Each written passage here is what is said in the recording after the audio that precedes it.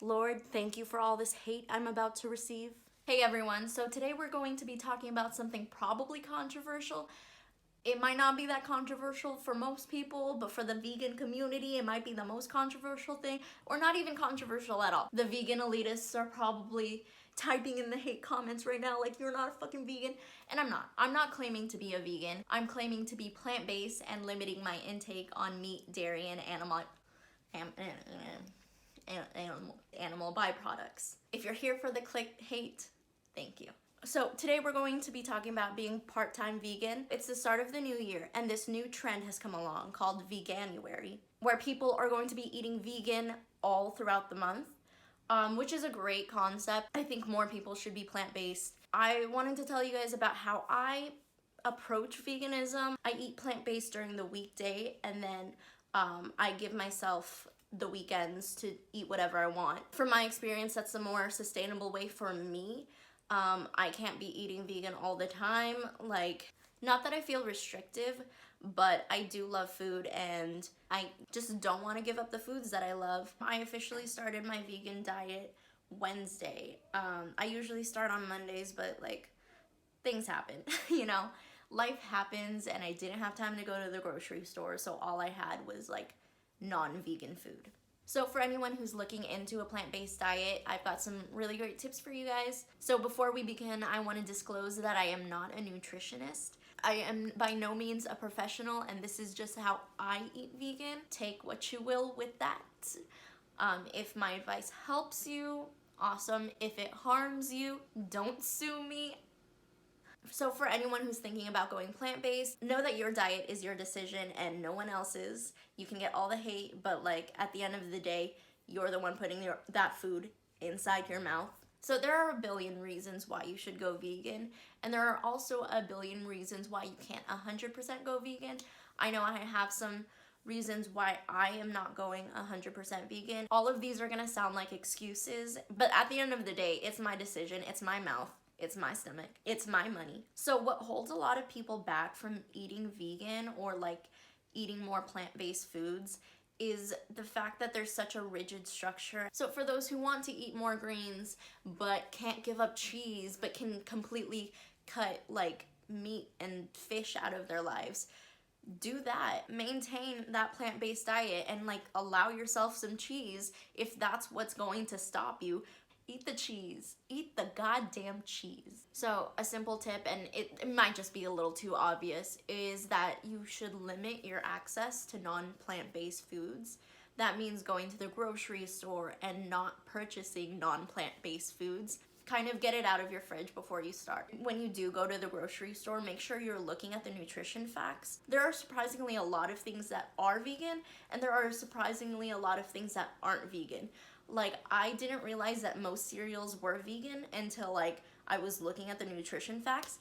And one time I was looking at a bag of Doritos that didn't have milk, but I looked in the ingredients and it had chicken stock. Another good tip is to veganize your favorite foods. That way you'll still have something that's familiar but like also different and new at the same time. Like the other day I was craving a burger, so I got some of the Beyond Meat burger patties. I think you can get them at a lot of popular health food stores, but those are great. It was like $5 and it like legit looks like meat.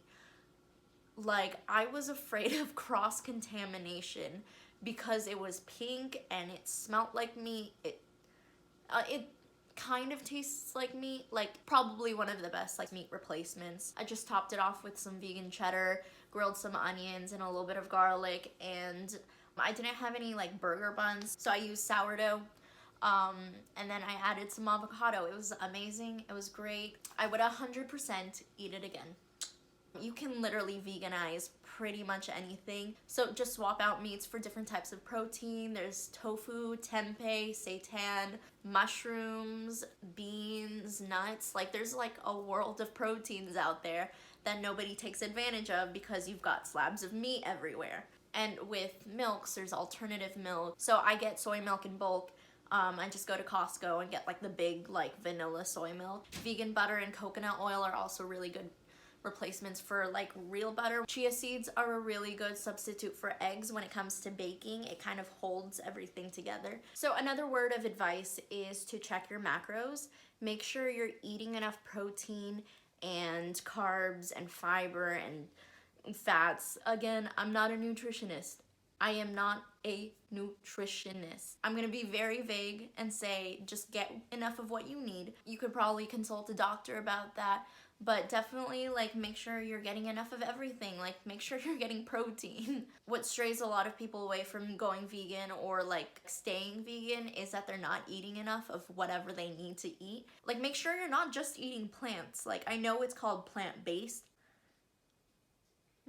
True, they're all plants.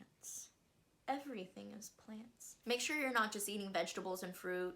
Like get some nuts going, beans, rice, get some grains in. With that being said, I'm not sure if I'm legally allowed to tell you to take a supplement, but I personally take supplements. I take B12. When I first started this diet in like my junior year, I wasn't taking B12 and my nails would get so noticeably thin. Like it would hurt to scratch because it would like literally tear into my, okay, that's gross. I just wasn't supplementing. But once I did start taking B12, it was like, you know, a huge difference. And then I go to Costco and get those like big multivitamins. Those are great. And then I also take probiotics because with all the peppers and the onions and stuff that I eat, like I get really bad heartburn. So I make sure I take probiotics too.